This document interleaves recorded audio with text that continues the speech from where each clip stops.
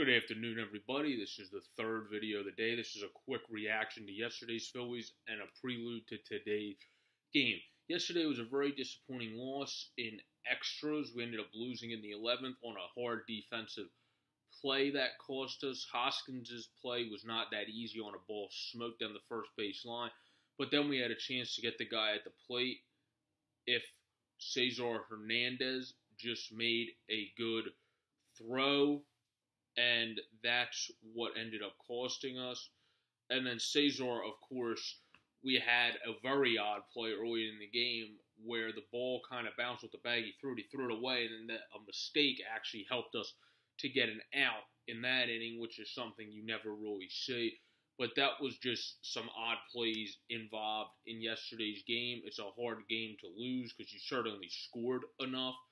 You had 6 runs scored and lost 7-6. So that's a very tough one to lose. We can't have this be like the tough one we lost in the National Series and then have it hurt us for the next game as well. We need tonight Nick Pivetta to come back strong. We need him to have his strongest outing of the season. His best outing so far was the outing he battled through 5 innings in awful weather on that Friday night. I was at that game. It wasn't, it wasn't good condition to pitch in. And that was a game that impressed me because he has struggled in the elements big time throughout his career. All the other games have been a lot left to be desired. So we look for him to step up tonight. And I think he's about due. And then Steven Matz, who has been one of their best pitchers so far this year as a lefty. The difference between the Phillies this year compared to last year's, we have more proven hitters, plus Nick Williams is solid at hitting lefty. He was in the lineup more last year. Now you have Kutch, who's very good at hitting lefties. Gene Segura is one of the better guys at hitting lefties in all of baseball. And then McHale's obviously very good at hitting lefties. Cesar's pretty solid on the right side of the plate.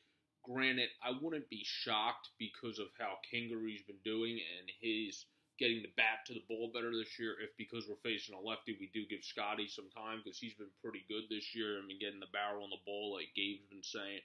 And you can see from eye test in game. So I wouldn't be shocked if he gets the nod tonight because I think when guys are looking good, you have to put them in the lineup a little bit more than not, even though you have all these great people. So I think we will find a way to figure that out tonight.